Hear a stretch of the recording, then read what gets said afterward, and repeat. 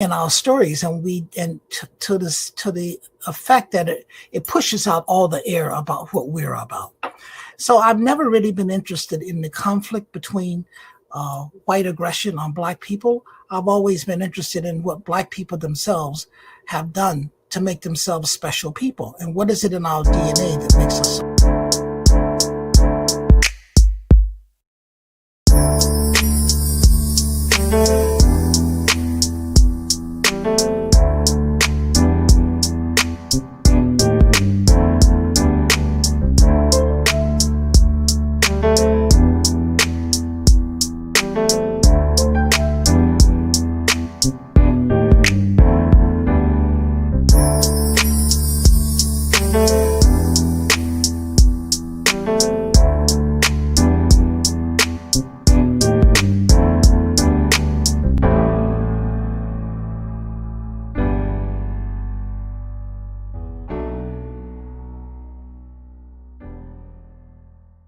Hello, and welcome to the Foxworth Theory.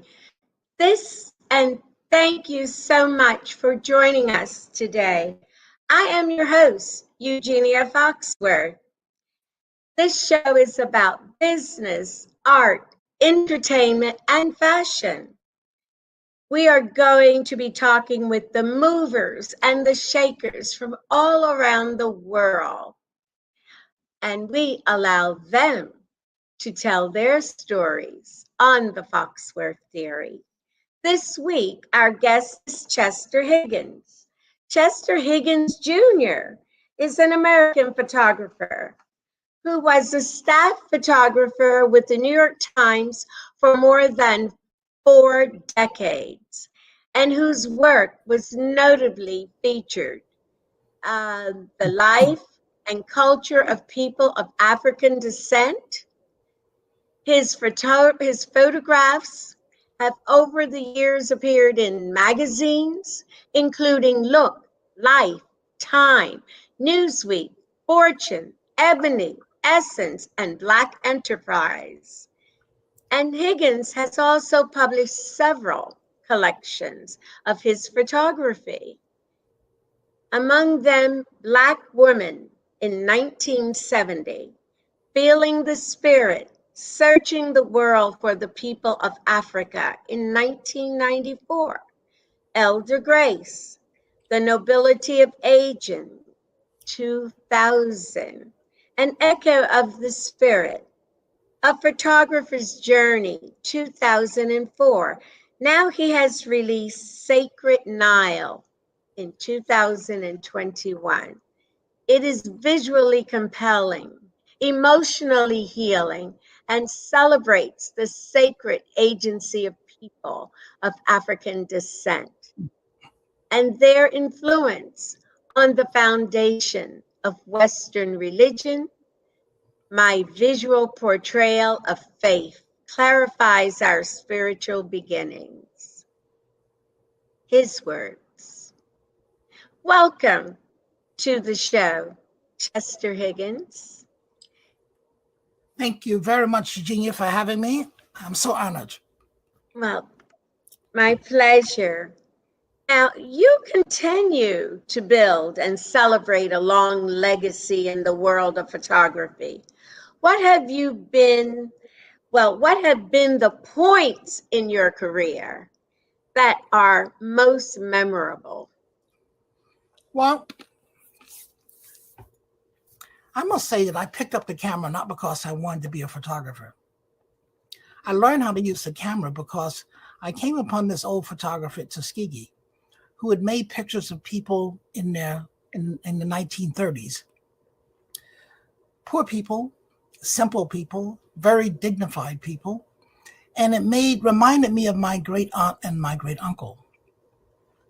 And realizing that photography was a very expensive thing to have your photograph made, I then took it upon myself to learn how to use the camera so that I could go home to my little village of 800 people in Alabama and photograph them. Because I did not want them to die before seeing themselves on their walls. And at the time, only thing was on their wall was a farmer's almanac and a picture of Jesus Christ. And I wanted to see their face when the picture of themselves went up on their wall that validated their agency. And that warmed my heart, and that's why I picked up the camera. Now, the civil rights period came along, and I realized that my camera could do something that other photographers were not doing, and that's capturing us from the inside. I don't do conflict photography. I do the thing that we hold value. I make pictures of the things, the common everyday things that make the life that we have cherishable.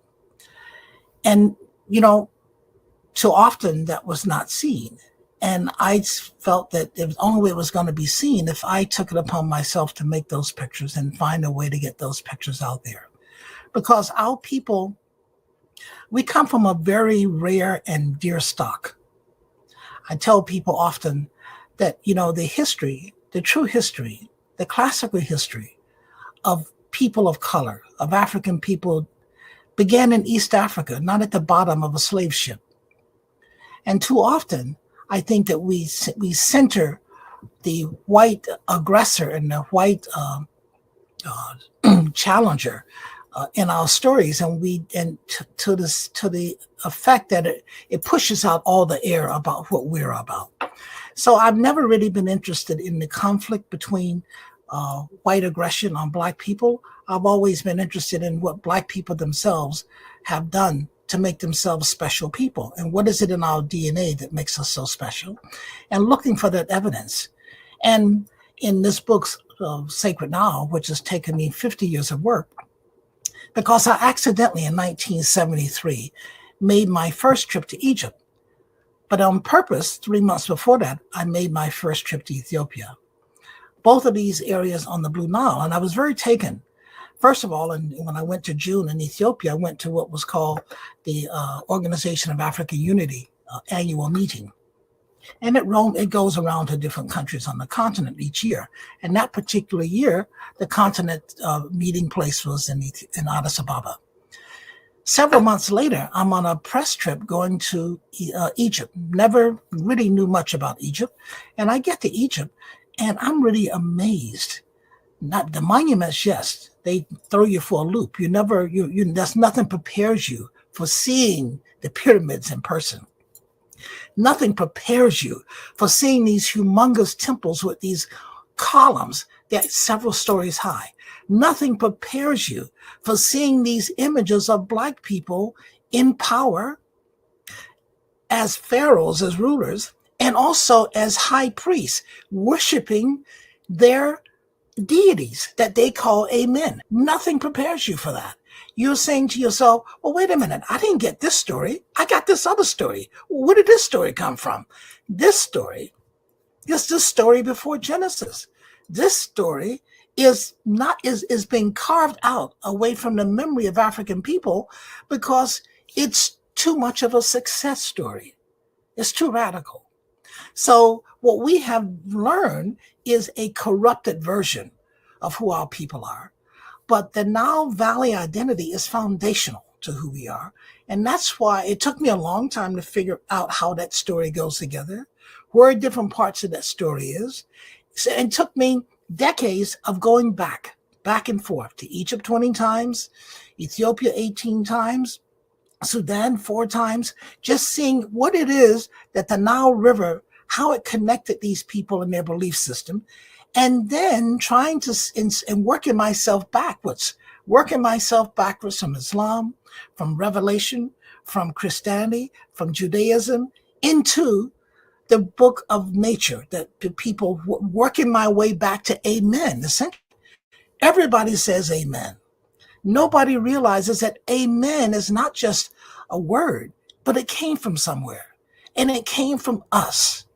Our people first dialogue with nature and with the Creator came up with a supreme being that they called Amen.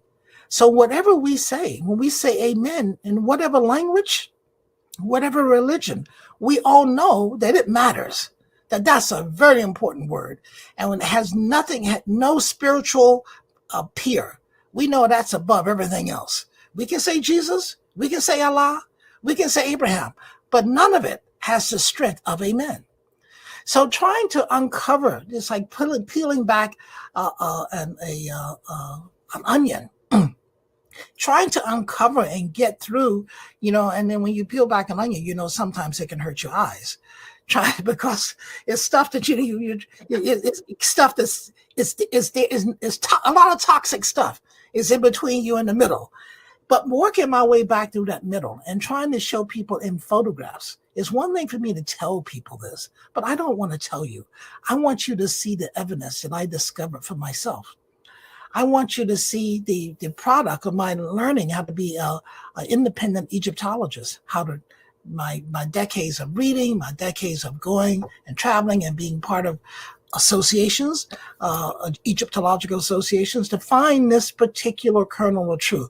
It's essentially what I had to do is, if you take a necklace of pearls, and if you break that necklace, those pearls are probably going to drop all over the floor. And that's what happened to our history. I had to figure out where are the pearls that matter, and then how to put them back together so that the story is not a very academic, complex story. It's something that if you can read the Bible, you can read some Sacred Nile.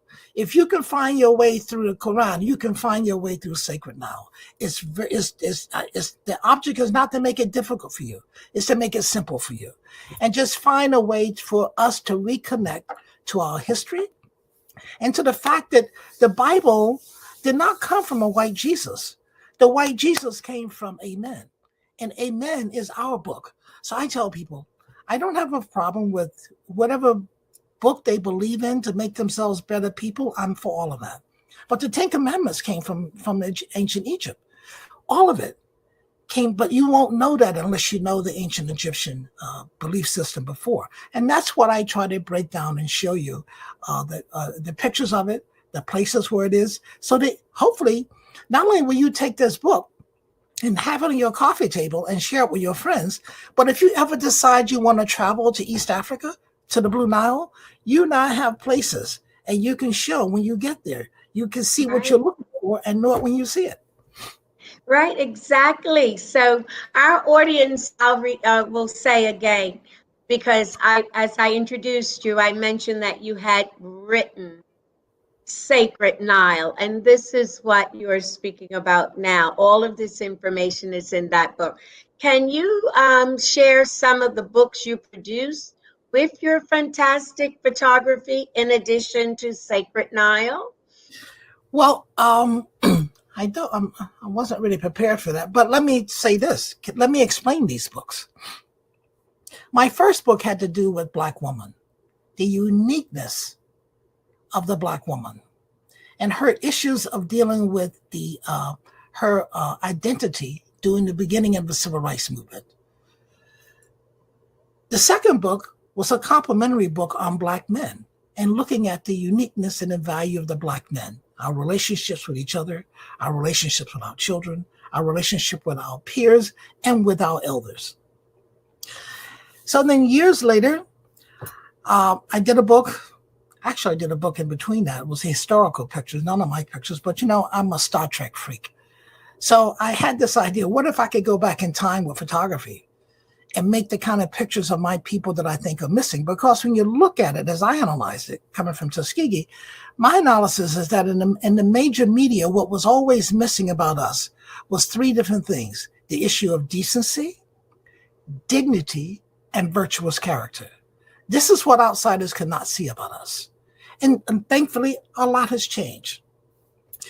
So after that, I did the book called Feeling the Spirit, which is a product of my living on the continent. From 1971, my first trip to Africa, to Senegal. I went back every year. I have traveled to Africa every year since 1971. If it's to visit for only a week, or 3 months, or 6 weeks.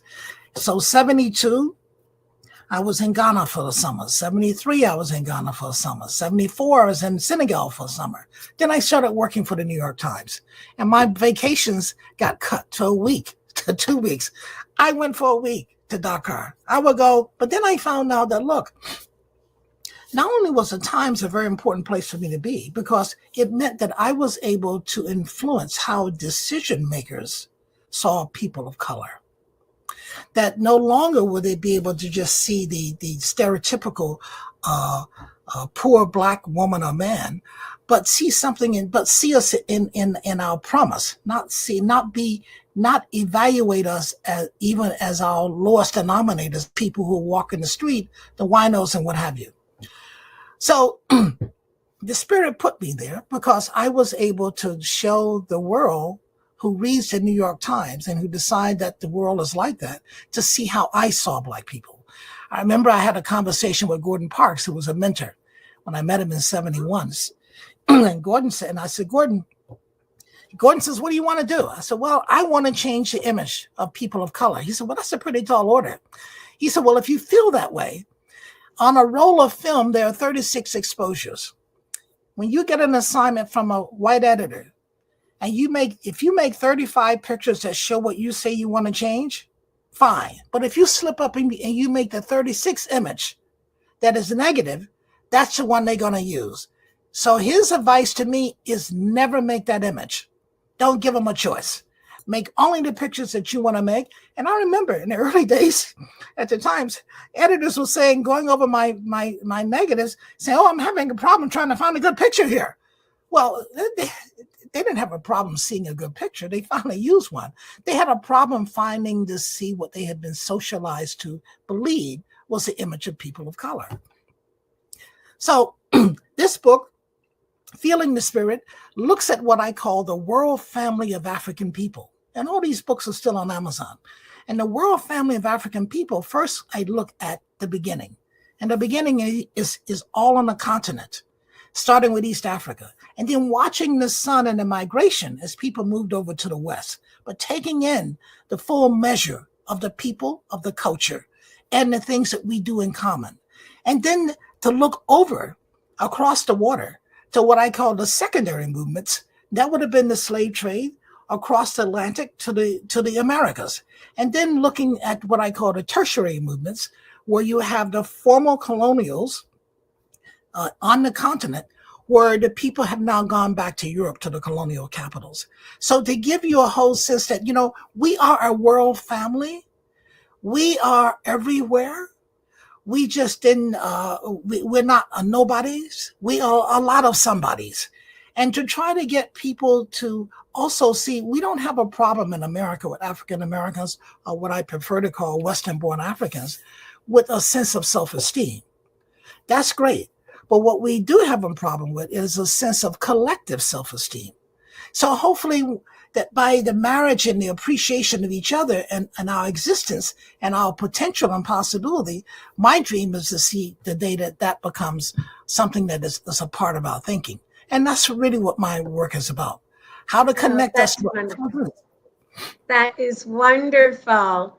And we will continue with this very, very exciting journey with you and your photography. But we have to take a short break, and we will be right back with our very special guest, Chester Higgins. Thank you. Thank you for joining us on the Foxworth Theory. Be sure to tune in on Thursday at 9 p.m. on the Foxworth Theory Network.